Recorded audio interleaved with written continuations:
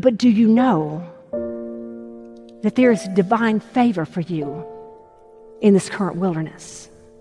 Do you know that there is capacity for you in Christ, not to just have survived the sword,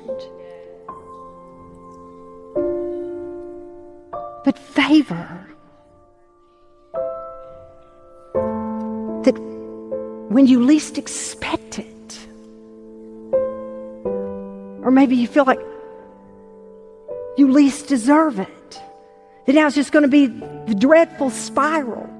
You realize that you have this God with this divine drivenness to restore. I mean, listen, to not be restored by God, you have to not want to be, because that's how determined He is with His children.